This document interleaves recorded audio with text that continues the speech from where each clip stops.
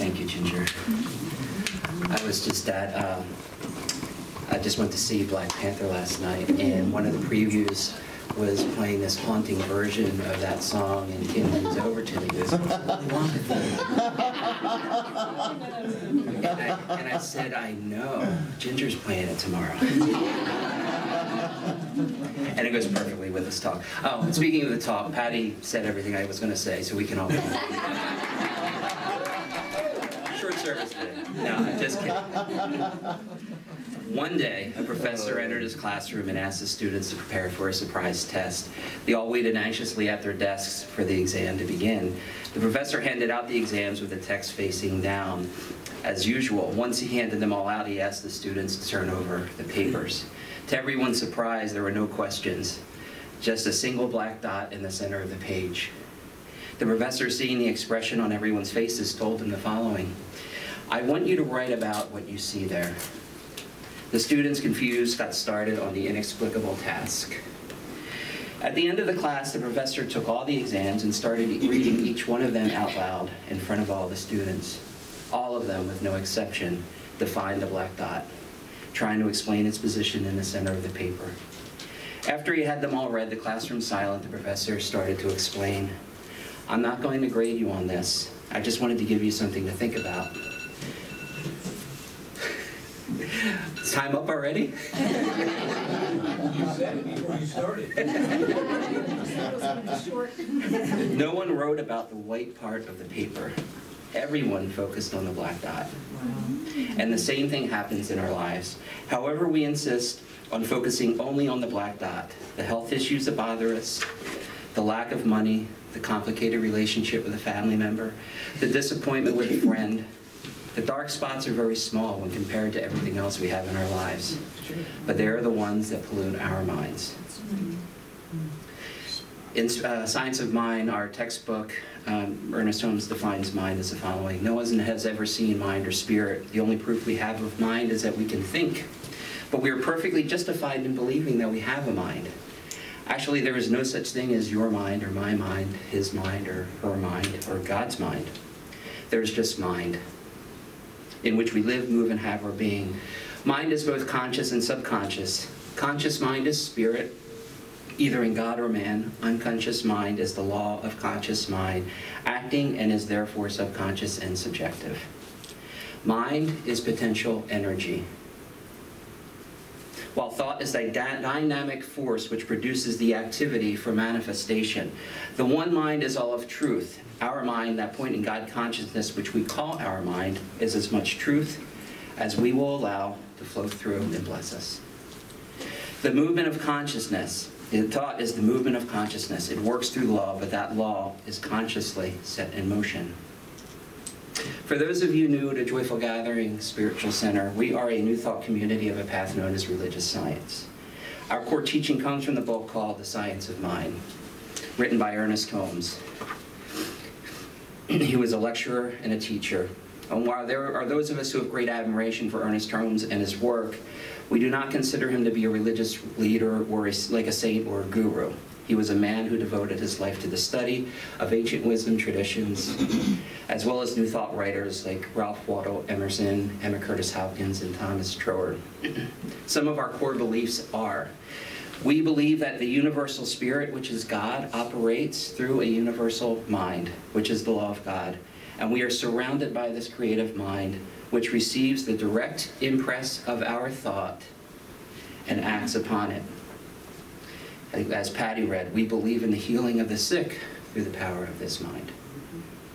We believe in the control of conditions through the power of this mind. And while this whole Science of Mind textbook talks about the relationship between our minds and God's mind, it actually devotes an entire chapter to the power of thought. It has taken humanity thousands of years to learn that it has the power to control its own destiny. From the Bible, we have the assurance, as a man thinketh in his heart, so is he.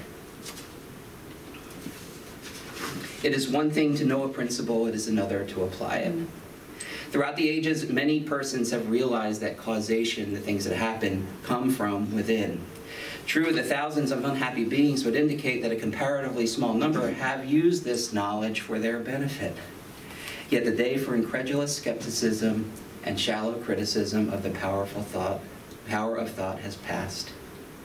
The first principle fundamental to the understanding of the operation of thought is that we are surrounded by an infinite intelligence. This is Patty Red. The possibility of feeling physical disease, changing environment, attracting friends, and demonstrating supply through the power of right thinking rests entirely on the theory that we are surrounded by an infinite mind, which reacts to our thought according to law. By thinking, you set in motion a power that creates. And that comes from Creative Mind and Success by Ernest Holmes. As God's thought makes worlds and peoples them with all living things, so does our thought make our world and peoples it with all the experiences we have had. By the activity of our thought, things come into our life, and we are limited because we have not known the truth. We have thought that outside things controlled us, when all the time we have had within, which could have changed everything and given us the freedom of bondage. The activity of our mind is thought. We are always acting because we are always thinking. At all times, we're either drawing things to us or pushing them away from us. In the ordinary individual, this process goes on without ever knowing it consciously. But ignorance of the law will excuse no one from its effects. In Creative Mind and Success, Ernest Holmes continues, "What?" Someone will say, "Do you think that I thought failure or wanted to fail?" Of course not. You would be foolish to think that. But according to law, which we cannot deny, you must have thought things that could produce failure. Perhaps you thought failure might come, or in some other way you gave it entrance into your mind. I'm going to be honest with you. I have a hard time accepting or agreeing with that. But in the context of things we are influenced by from the outside world, it has to impact our thought processes, whether we want to accept, agree with it, believe it or not. Ernest Holmes provides additional context. We live in mind, and it can only return to us what we think into it. No matter what we may do, law will always obtain. If we are thinking of ourselves as poor and needy, then mind has no choice but to return what we have thought into it. This is why Reverend Margaret up here and we as a spiritual center caution to be mindful and careful of the words we are thinking and speaking. Since we are one with infinite minds, our words have the power of life in them. By conforming our lives and thought to a greater understanding of law, which we shall be able to bring into our experience just what we wish, letting go of all that we do not want to experience and taking in the things we desire. Thoughts of failure, limitation, or poverty are negative and must be counted out of our lives for all time. Somebody will say, but what are the poor? What are we going to do with them? Are they be left without any help? No. 1,000 times no. The same power is in them as in all people. They will always be poor until they awake and realize what life is. All the charity on earth has never done away with poverty, and never will.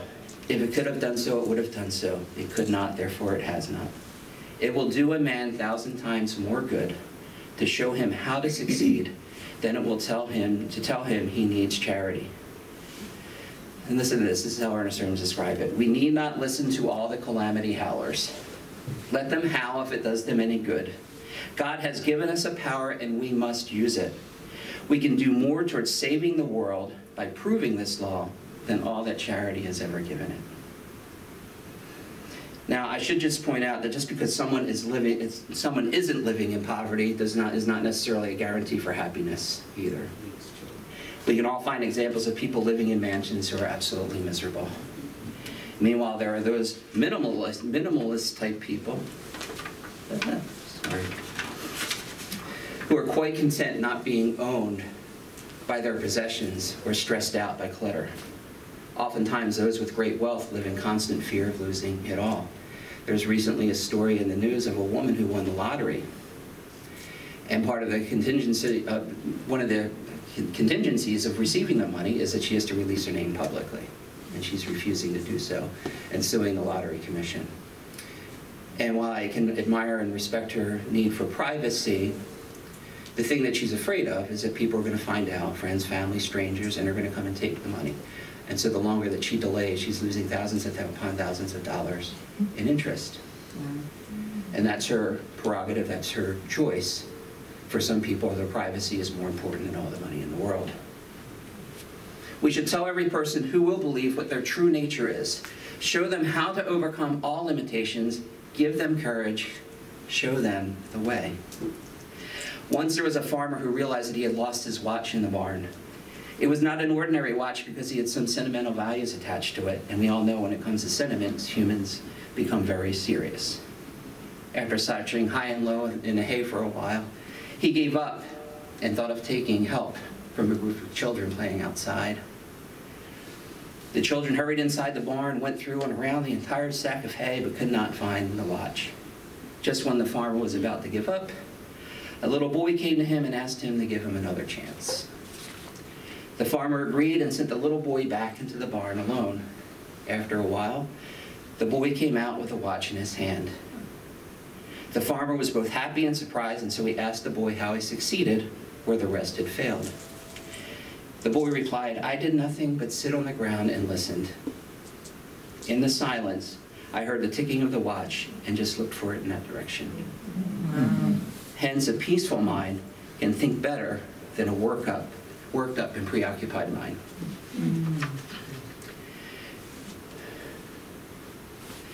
One of the methods we have for exercising mind control is through meditation.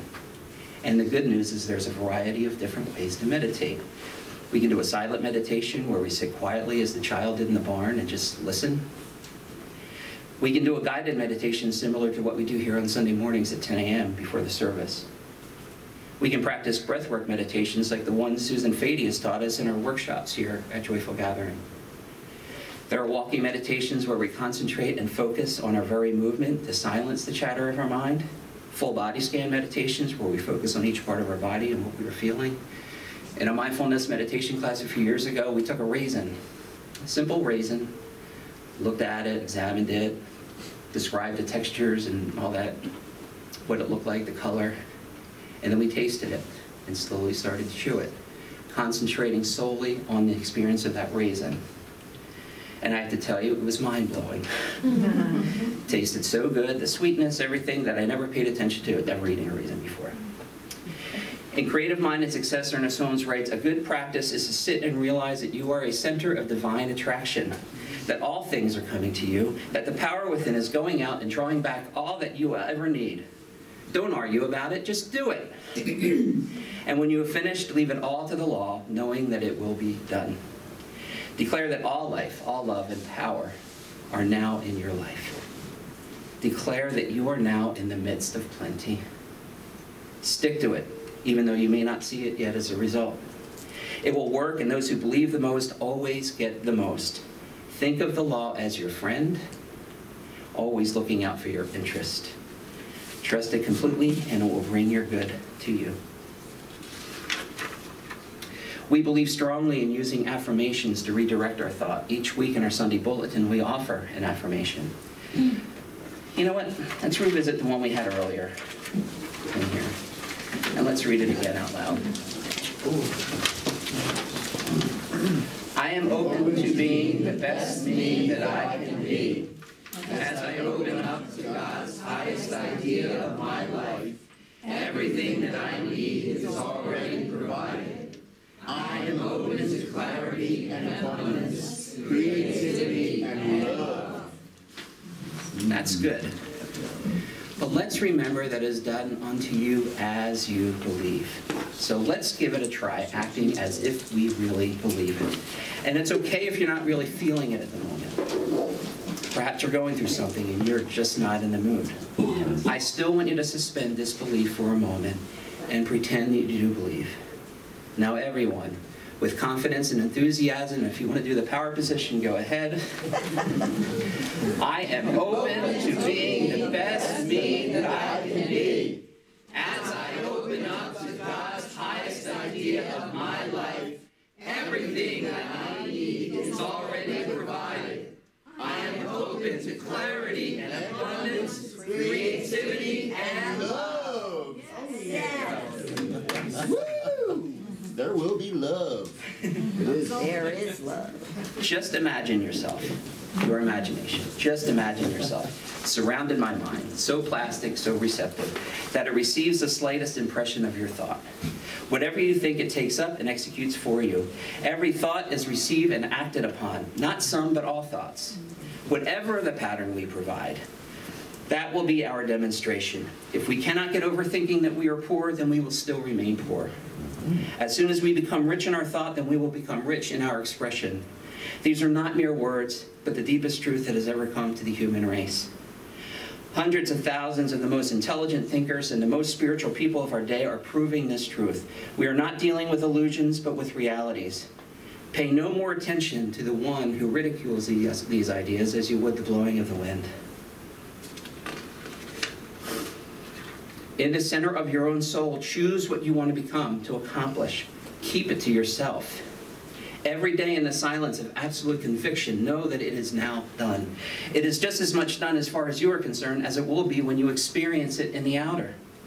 Imagine yourself to be what you want to be. See only that which you desire. Refuse to even think of the other. Stick to it and never doubt. Say many times a day, I am that thing.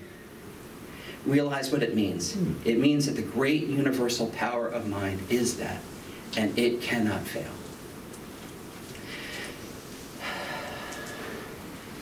Another way we can exercise mind control is through prayer. Now, in religious science, we use a method of prayer known as spiritual mind treatment or affirmative prayer. Unlike traditional prayer, it is not a supplication or beseeching some power out there to do something for us. As I noted previously, we believe there is an infinite intelligence that surrounds us and embodies us. Our affirmative prayer recognizes the divine nature of God as the source of all things. Unifying ourselves with this infinite intelligence is the next step where we acknowledge we are one with God and not separate from it. The realization step is our acceptance of what we are praying for as if it has already happened. Next, we express gratitude for the realization of that which we are praying for. And finally, we release this prayer into the divine action of the law, which is the mind of God, for its complete fulfillment. We let it go, and so it is. This is a wonderful practice that demonstrates very real and practical results. It has the absolute power to change lives. Each of our licensed practitioners are trained in the practice of offering spiritual mind healing sessions that usually include a spiritual mind treatment. It's one thing for me to offer a 15-20-minute talk about changing our thoughts and practicing mind control. However, it would be foolish and naive of me to say that this is a simple solution for the complex issues and problems in our lives. Some of us experience great trauma, addiction, abuse, severe medical issues, financial woes, violence. While meditation, affirmations, and prayers are definitely practices that would help, what we are going through may require more serious counseling. And so I would just encourage you that if you feel that you need something more serious, that we do have licensed practitioners available here, and our phone numbers are in the bulletin. And to close, I want to go back to that test. Take your eyes away from the black dots in your lives. Enjoy each one of your blessings, each moment that life gives you. Be happy and live a life filled with love.